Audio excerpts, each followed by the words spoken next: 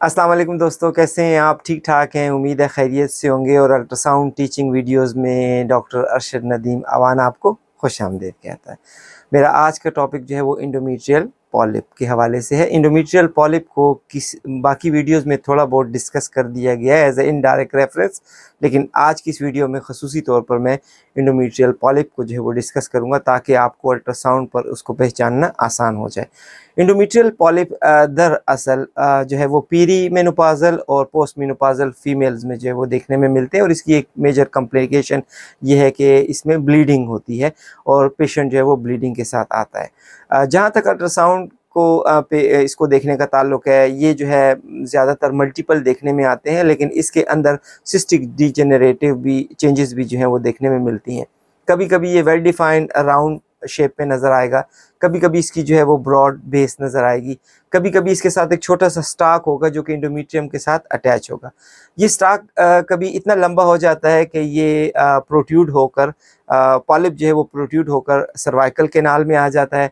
तो cervical polyps आपको देखने में मिलेंगे और उसके साथ साथ ये प्रोट्रूड होकर विजाइनल कैविटी में भी जो है वो चला जाता है। तो ये स्टाक की जो है वो करेक्टरिस्टिक है। अगर आपने अप्रिशिएट कर लिया तो आप उस पर डॉपलर जो है सिग्नल डाल के देखें तो आपको वेस्कुलर जो है वो नज़र आएगा। इसके साथ साथ स्टाक जो है वो डायरेक्ट ट्रांसएब्डोमिनल पे नज़र नहीं आता और ट्रांसविजाइनल पे भी नज़र नहीं आता। आपने जो है वो SHG करना होता है, आपने सेलाइन इंजेक्ट करना होता है। उसके बाद इंडोमेट्रियल में अगर फ्लूइड मौजूद है, सेलाइन मौजूद है, तो उससे आपको जो वो स्टाक आसानी से पिक जो है वो हो जाता है और आपको नज़र आ जाता है। एक बहुत इंपॉर्टेंट बात यह है कि कभी कभी जब हम DNC करते हैं तो क्यूरेट करते हुए, क्यूरेट ऐसा प्रोसीजर है कि आपको सुपीरियर, इंफीरियर और लेटरल वॉल को जो है वो क्यूरेट करना होता है। तो अगर उस क्यूरेट के दौरान इसका स्टाक मौजूद होता है जिसकी वजह से ये पॉलिप जो है इधर उधर होता रहता है और वो क्यूरेट पे जो है वो मिस हो जाता है, तो क्यूरेट जो है वो नॉर्मल आ जाता है। तो क्यूरेट की जब रिपोर्ट नॉर्मल आ जाए और पेशेंट जो है वो स्टिल ब्लीड कर रही हो, सिम्टोमेटिक हो, तो ऐसी सूरत में फिर हिस्टेरोस्कोपी करनी चाहिए ताकि डायरेक्ट विजुअलाइजेशन हो सके और आप उस पर जो है वो पॉलिप को जो है वो पिक कर सकते हैं। क्योंकि सर्टेन लिमिटेशंस होती हैं, जिस तरह आप ट्रांसएब्डोमिनल पे सारे पॉइंट पिक नहीं कर सकते, आपको ट्रांसविजाइनल की ज़रूरत होती है और ट्रांसविजाइनल पे भी कुछ पॉइंट है जो कि मज़ीद प्रोसीजर के बगैर आप पिक नहीं कर सकते, तो आपको इन तमाम चीज़ों का जो है वो ख्याल रखना पड़ता है। तो ये इंडोमेट्रियल पॉलिप जो है ये ज़्यादातर बिनाइन होते हैं, इसमें मैलिग्नेंट पोटेंशियल बड़ा रेयर होता है, इकोजेनिक देखने में मिलते हैं, लेकिन इसके साथ साथ मल्टीपल प्रेजेंटेशन होती हैं। या ये स्मॉल होते हैं, लार्ज भी हो सकते हैं, इतने बड़े हो जाते हैं कि इंडोमेट्रियल कैविटी डिस्टेंड कर देंगे और इसके अंदर सिस्टिक डीजेनरेटिव चेंजेस भी हो जाती हैं। सिस्टिक डीजेनरेटिव चेंजेस इसलिए होती हैं कि जो पॉलिप के अंदर सेक्रेटरी ग्लैंड्स होते हैं वो बड़े हो जाते हैं, डिस्टेंड हो जाते हैं, तो वो आपको सिस्टिक चेंजेस नज़र आने लगती हैं। पॉलिप दरअसल क्या चीज़ है? पॉलिप जो है वो इंडोमेट्रियल टिश्यूज़ की वो हाइपर ग्रोथ है और ये जो है ऊपर इसकी इंडोमेट्रियम कैविटी, इसके ऊपर जो है इपिथेलियल लाइनिंग इसको कवर कर लेती है। तो ये दरअसल इंडोमेट्रियल ग्लैंड की हाइपरट्रॉफी हो जाती है और उसके ऊपर जो है वो इंडोमेट्रियम के ऊपर जो है वो इपिथेलियल लेयर जो है वो इसको कवर कर लेती है। तो इसको जो है वो पॉलिप का नाम दे दिया जाता है। पॉलिप जो है वो रेयरली मैलिग्नेंट होते हैं, लेकिन स्टिल मैलिग्नेंट पोटेंशियल मौजूद होता है। मेजॉरिटी पेशेंट जो है वो कंप्लेन करती हैं कि इसको ब्लीडिंग होती है। तो ये तमाम फीचर हमें अल्ट्रासाउंड पे कैसे नज़र आएंगे, हम इसकी डिफरेंट प्रेजेंटेशन कैसे पिक करेंगे? कभी कभी थिक एंडोमेट्रियम आ जाएगी तो उसके अंदर अगर आप देखेंगे तो आपको पॉलिप नज़र आएंगे और पॉलिप को खुसूसी पहचानने के लिए प्रोलिफरेटिव फेस में, चूँकि इंडोमेट्रियम जो है वो थिन भी होती है और हाइपोइक्विक होती है, इसलिए आप आसानी से जो है वो पॉलिप को जो है वो पिक कर सकते हैं। सेक्रेटरी फेस में पॉलिप इतनी आसानी से पिक नहीं होता, प्रोलिफरेटिव फेस में जो है आसानी से पॉलिप जो है वो पिक हो जाते हैं। तो इसलिए ये तमाम फीचर आपको कैसे नज़र आएंगे, आप इसको किस तरीके से पिक करेंगे, अल्ट्रासाउंड पे रिपोर्ट कैसे आप लिखेंगे। अगर कंफर्म है तो आप डायग्नोसिस में पॉलिप लिख देंगे, अगर नहीं है तो फिर आप डिफरेंशियल में जो है आप अपना पॉलिप लिखेंगे। तो आइए ये इमेजेस देखते हैं और इससे हमें जो है पॉलिप को पहचानना आसान हो जाएगा। इस ट्रांस विजाइनल स्कैन पर आपको यूट्रस जो है वो क्लियरली नज़र आ रहा है। आपको जो है इसके मार्जिन्स क्लियर हैं, मायोमेट्रियम इसकी क्लियर है, लेकिन अगर आप गौर से देखें तो इंडोमेट्रियम आपको थिक नज़र आ रही है। ये इंडोमेट्रियम एक्चुअली थिक नहीं है। अगर आप इसके अंदर गौर से देखें तो स्लाइटली हाइपर इक्विक आपको पॉलिप नज़र आ रहा है। तो ये पॉलिप अगर आप गौर से देखें तो आपको इंटरनली पॉलिप नज़र आ रहा है। ये पेशेंट चूँकि प्रोलिफरेटिव फेस में है, इस वजह से इसमें पॉलिप को देखना जो है वो आसान हो जाता है। अगर फीमेल जो है वो सेक्रेटरी फेस में हो तो इंडोमेट्रियम ऑलरेडी इकोजेनिक होती है और उसके अंदर पॉलिप को देखना थोड़ा सा मुश्किल होता है। लेकिन चूँकि ये पेशेंट जो है वो प्रोलिफरेटिव फेस में है और इसके अंदर आपको ये राउंड स्लाइटली इकोजेनिक जो है वो nodule round to Oval shape का नज़र आ रहा है, ये दरअसल पॉलिप है। इसलिए जिस वक्त भी आपको थिकन इंडोमेट्रियम मिल रही हो तो आप उसको ज़रूर देखें कि इसके अंदर कोई पॉलिप तो नहीं है या कोई हाइपरप्लास्टिक चेंजेस तो नहीं है।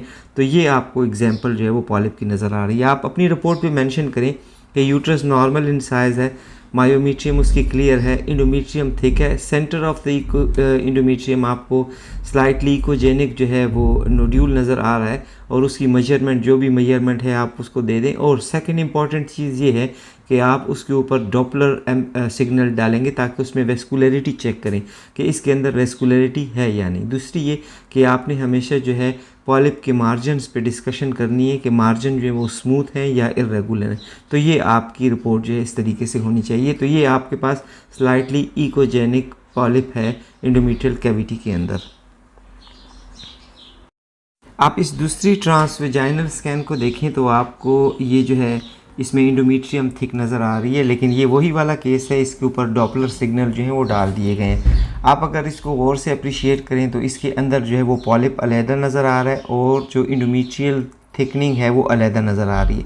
तो इंडोमेट्रियल थिकनिंग ये 2 या 3 mm तक जो है वो आपको नज़र आ रही है, लेकिन पॉलिप जो है वो आपको तकरीबन वो सेंट्रली मौजूद है जो कि तकरीबन 2 सेंटीमीटर और 1.5 सेंटीमीटर के दरमियान जो नज़र आ रहा है, ओवल शेप का है।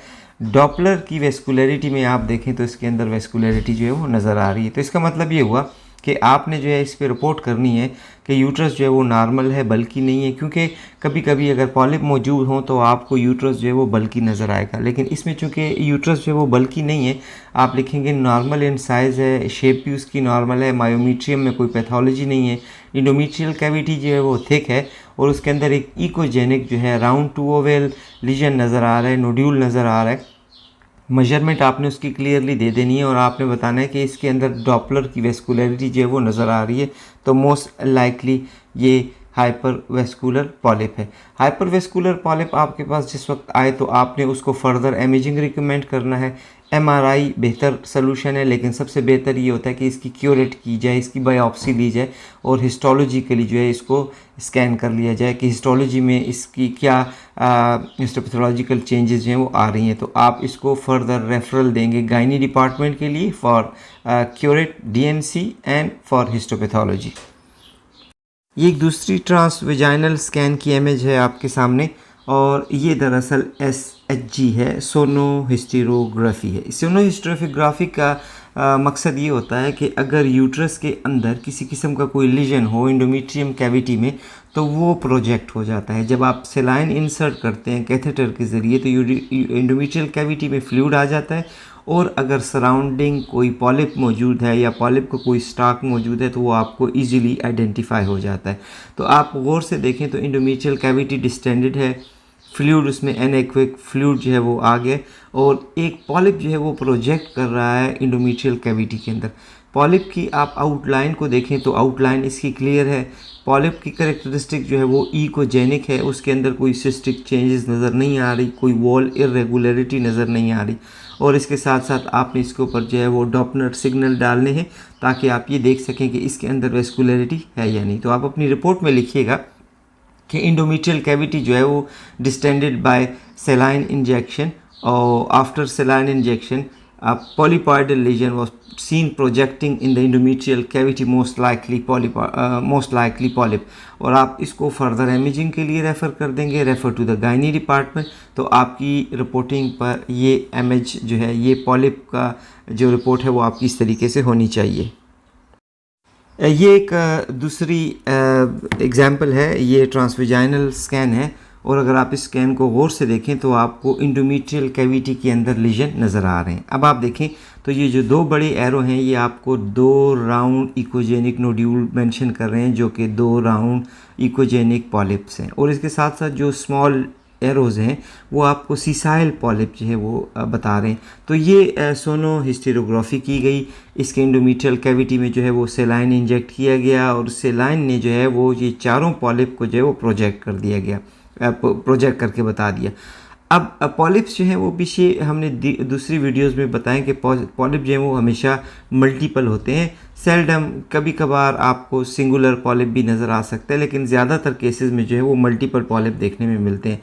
और दूसरी बात ये है कि पॉलिप जो है वो इकोजेनिक होते हैं।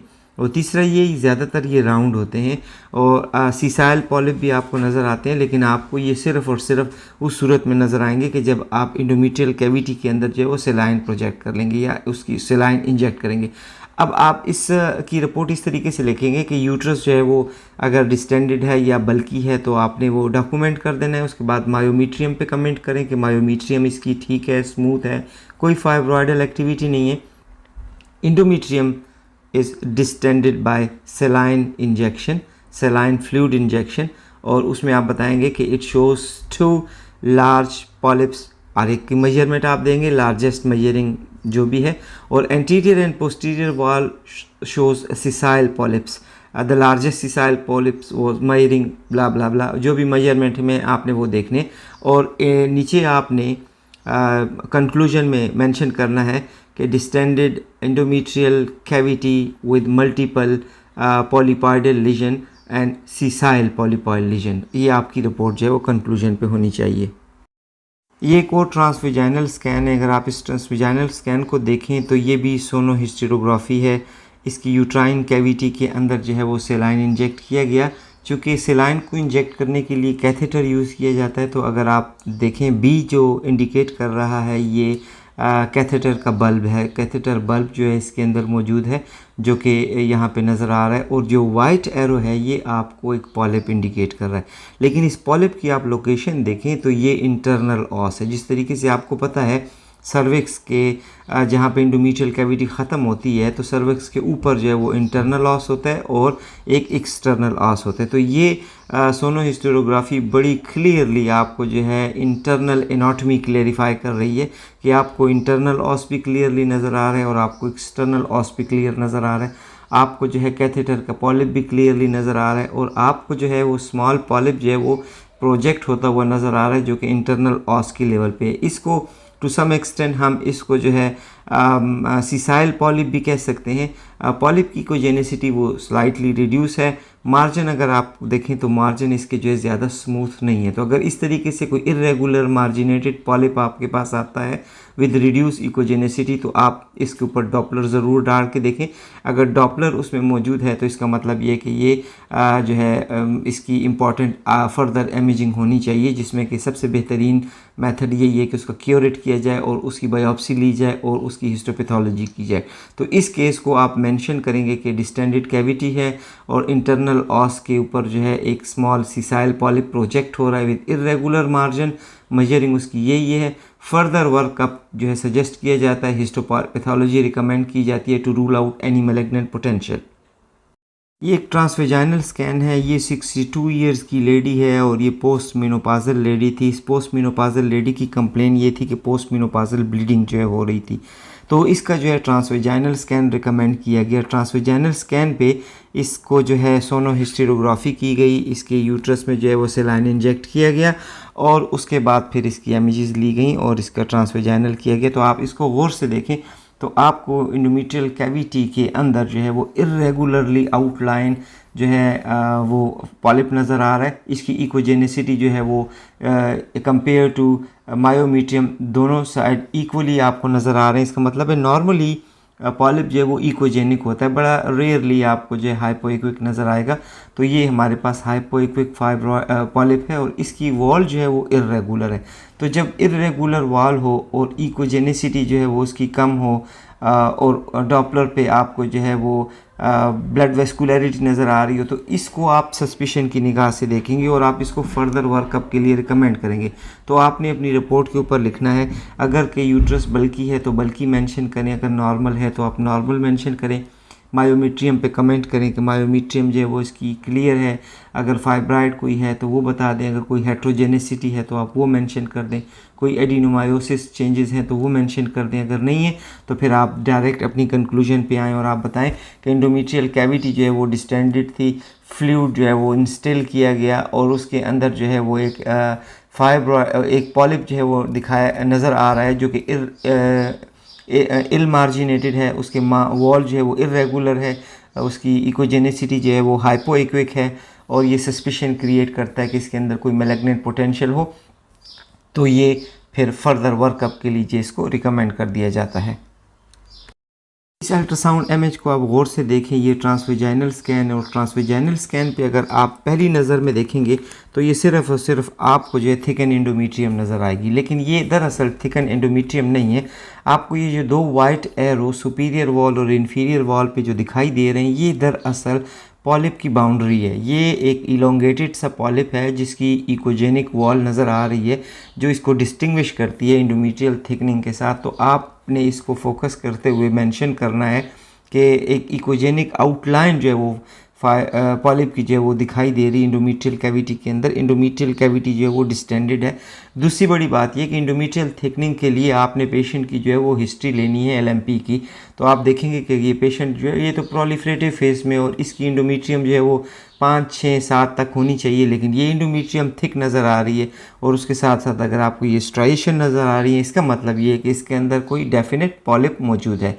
तो जब भी आपके पास थिकन इंडोमेट्रियम आए आप उसे इंडोमेट्रियल या मेंस्ट्रुअल फेजेस के साथ को रिलेट करते हुए फर्दर अपनी जो है डायग्नोसिस को शेप देंगे कि या ये पॉलिप है या इसके अंदर कोई हाइपरप्लेजिया है। तो इन दो चीज़ों को आपने मेंशन करना है। तो आप ये देखें तो ये आपको इस तरीके से भी जो है इंडोमेट्रियम के अंदर पॉलिप जो है वो नज़र आ सकते हैं और आपने इसका साइज़ लेकर इसको डॉक्यूमेंट कर देना है। जी दोस्तों, तो ये इंडोमेट्रियल पॉलिप के हवाले से था। उम्मीद है अब आपकी एम्बिग्विटी जो है वो दूर हो गई होगी और बड़ी आसानी के साथ आप अल्ट्रासाउंड पर जो है वो पॉलिप को जो है वो डिटेक्ट कर सकेंगे और अगर डायरेक्ट डायग्नोस कर लें तो बहुत बेहतर है और अगर ना हो तो आप डिफरेंशियल ज़रूर दे सकेंगे और आपको आसानी होगी कि आप इंडोमेट्रियल पॉलिप को जो है वो पहचान सकें। अगर वो थिक इंडोमेट्रियम की शक्ल में आ रहा है, अगर वो राउंड शेप में आ रहा है, अगर वो ब्रॉड बेस के साथ आ रहा है, अगर उसके अंदर स्टाक मौजूद है, अगर उसके अंदर सिस्टिक डिजेनरेटिव चेंजेस मौजूद है, ये तमाम पॉइंट आप आसानी के साथ जो है वो अल्ट्रासाउंड पे पिक कर सकते हैं, ट्रांसवेजाइनल पे पिक कर सकते हैं। तो उम्मीद है आज की वीडियो इंडोमेट्रियल पॉलिप के हवाले से आपको बहुत आसान लगी होगी। आप इसको 1-2 दफ़ा दोबारा रिपीट करके देख लीजिएगा। कोई क्वेश्चन जो कि रहता हो या कोई ऐसी कन्फ्लिक्ट पॉइंट हो जो आप समझते हैं कि इससे क्लैरिफिकेशन की ज़रूरत है तो प्लीज़ मुझे एक मैसेज ड्रॉप कर दीजिएगा। मैं आपको उसका फीडबैक और उसकी रिप्लाई जो है वो ज़रूर दे दूँगा और किसी दूसरी वीडियो के साथ आपकी खिदमत में दोबारा हाज़िर होऊंगा। अपना बहुत ख्याल रखिएगा, इजाज़त दीजिएगा। अल्लाह निगहबान।